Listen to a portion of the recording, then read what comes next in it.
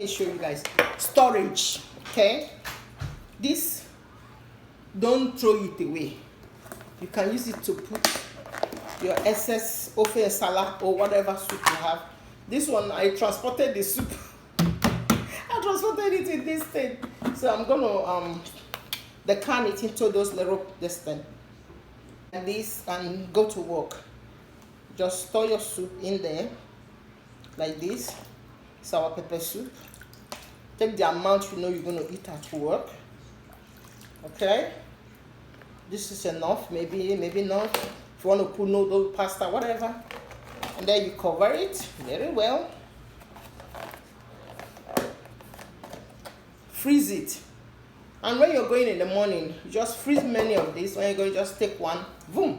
And if you want to make it even like I'm doing, you know, make sure the Ziploc is the nice things inside the pepper soup thing. You can use a spoon, whatever.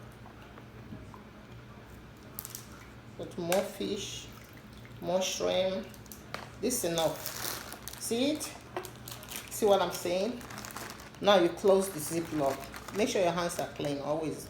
Clean hands. Close this Ziploc. One down, 20 more to go. Okay, let's keep on going. I'm doing it one more time. Put soup in there.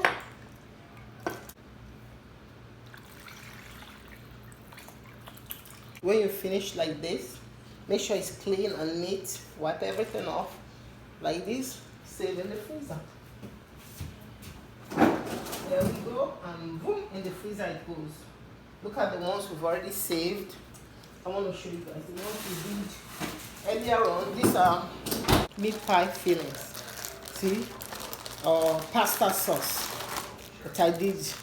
It's almost frozen now. See, I put them all in here. So this is 2 weeks worth of pasta sauce for one person. So he just takes a portion. This is all he needs in his pasta. He takes a portion. This is it. Put in the pasta that you already cooked. You don't have to worry, and it smells fresh and it's good, and everything is still very, very fresh. Put in a bigger Ziploc. See why I did it, and freeze it. Just so that's how you do. That's how you do it. Remember, always be a point of light.